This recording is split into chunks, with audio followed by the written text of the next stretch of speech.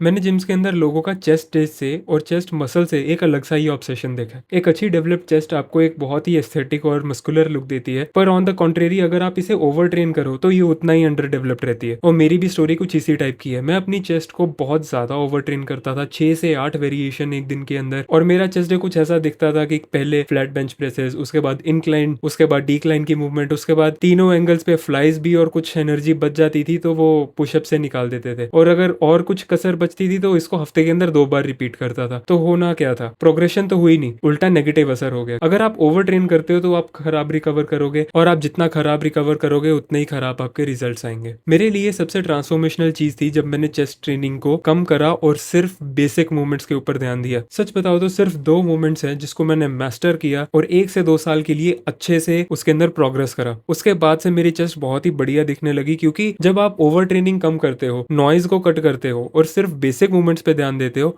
आप अच्छे से प्रोग्रेस कर पाते हो, प्रोग्रेस ट्रैक कर पाते हो, और उसके अंदर फिर आपको अच्छा रिजल्ट आता है। सबसे पहला मूवमेंट है the king of all exercises, the bench press. ये बेसिक है, बट रिसेंटली मैंने एक ट्रेंड देखा जिसके अंदर मैं भी फंस गया था कुछ टाइम के लिए, जिसके अंदर कि अगर आप डंबल्स या मशीन्स यूज करोगे तो आपको बेटर मसल डेवलपमेंट मिलेगी, आपको बेटर रिजल्ट्स आ सकते हैं। और हाँ, सही भी है, जरूरी नहीं है कि आप बारबल यूज करो, but think about it. For example, अगर आप 1 साल के लिए मशीन्स और केबल्स और डंबल्स थोड़े बहुत यूज करते हो, और उसके बाद एक आदमी है जो अच्छे से बारबल यूज करता है, अपनी इंजरीज को करेक्ट करता है, बारबल्स यूज करता है, उसके अंदर प्रोग्रेसिव ओवरलोड करता है और 10-20 किलो का इंक्रीमेंट करता है बारबल के अंदर, और उसके बाद आप दोनों की पोजीशंस को स्विच कर दो, मशीन वाले को बारबल के नीचे डाल दो और बारबल वाले को मशीन के नीचे डाल दो, और क्या होगा आपको पता है? जो मशीन वाला आदमी है ना, वो पिस जाएगा बारबल के नीचे, उससे नहीं उठाया जाएगा वेट। और जिम जाने का मतलब सिर्फ अच्छा दिखना या मसल्स बनाना नहीं है, उसके साथ साथ में आपकी मूवमेंट, एजिलिटी, स्पीड, पावर, इस सबको बिल्ड करना भी जिम का हिस्सा है। तो 2 मूवमेंट्स की बात करता हूँ। सबसे पहले बेंच प्रेस। इसके अंदर अगर आप प्रोग्रेस करना है और अगर अभी तक आप इसे ट्रेन नहीं करते, तो सबसे पहले 3 सेट्स ऑफ 6 to 8 रेपिटेशन, 4 से 6 हफ्ते के लिए। उसके बाद अगर आपको और हैवी जाना है तो 4 से 5 सेट फॉर 3 to 5 रेपिटेशन के लिए मैं रिकमेंड करता हूँ। बट रिमेंबर, अब इसका मतलब ये नहीं है कि आप ईगो लिफ्टिंग करोगे, और बहुत सारे लोगों का 1 रेप मैक्स टेस्ट करना कोई एम भी नहीं होना चाहिए। 6 to 8 या 4 to 5 रेपिटेशन, 3 to 5 रेपिटेशन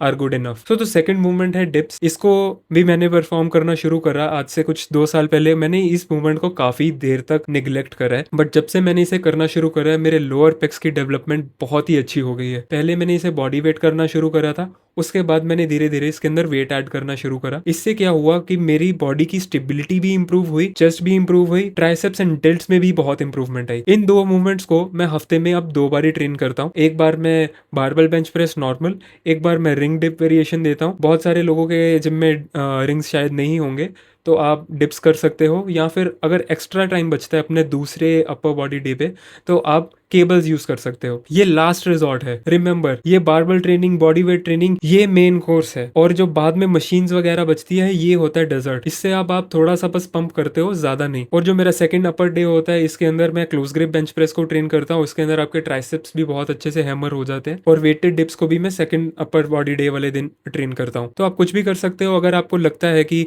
आपका अपर चेस्ट आपको डेवलप करना है तो आप इंक्लाइन से भी शुरू कर सकते हो। मैं पर्सनली काफी टाइम से इंक्लाइन को ट्रेन नहीं करा है, बट मैं प्रोग्राम में ऑन एंड ऑफ ऐड करता रहता हूँ। पर बारबल बेंच प्रेस जो मेन मूवमेंट है मेरा, उसे मैं नहीं छोड़ता, और डिप मूवमेंट जो है उसको भी मैं नहीं छोड़ता। अगर आपसे अभी डिप्स नहीं लगते तो आपको अपना बॉडी वेट कम करने की जरूरत है। साथ साथ में आप बैंडेड असिस्टेड डिप्स को यूज कर सकते हो अपनी स्ट्रेंथ को बिल्ड करने के लिए। स्लोली एंड स्टडीली आप हल्का बैंड यूज कर सकते हो। अगर आपके जिम के अंदर असिस्टेड मशीन है तो और भी अच्छा है, डिप्स के अंदर प्रोग्रेस करने के अंदर हेल्प करेगा। और जैसे जैसे आपकी स्ट्रेंथ बिल्ड होती जाती है, आप बैंड को, रेसिस्टेंस को कम कर सकते हो, धीरे धीरे बॉडी वेट पे आ सकते हो। एंड जब आप बॉडी वेट के 15 से 20 रेपिटेशंस लगा लोगे, उसके बाद में आप इसके अंदर वेट ऐड कर सकते हो। देखो, ये जो बेसिक वर्कआउट है ना, ये सालों साल तक आप प्रोग्रेस तो कर सकते हो, और आपकी बॉडी की कैपेबिलिटी को भी बढ़ाता है, आपकी स्ट्रेंथ इंक्रीज करता है, और आपको बेटर रिजल्ट्स भी आते हैं। आप कंपेयर करो, लिमिटलेसली केबल्स को अब्यूज करना, मशीन्स को अब्यूज करना, कोई प्रोग्रेशन सिस्टम नहीं होना। सेकेंडली, इस चीज से कंपेयर करो कि आप सिर्फ 2 मूवमेंट्स को मास्टर कर रहे हो, उसमें प्रोग्रेसिव ओवरलोड कर रहे हो, ओवरथिंक नहीं कर रहे हो, किसे ज्यादा रिजल्ट्स आएंगे? डेफिनेटली ये सेकंड केस वाले को ज्यादा रिजल्ट्स आएंगे। तो मैंने पिछले वीडियो में बताया था कि जोन सी एक्सरसाइजेस से मुझे बेस्ट रिजल्ट्स है, मैं उन्हीं की बात करूंगा, और ये जो बेसिक ट्रेनिंग का सीरीज है ये कंटिन्यू रहेगा इसके आगे। So that's that for this video.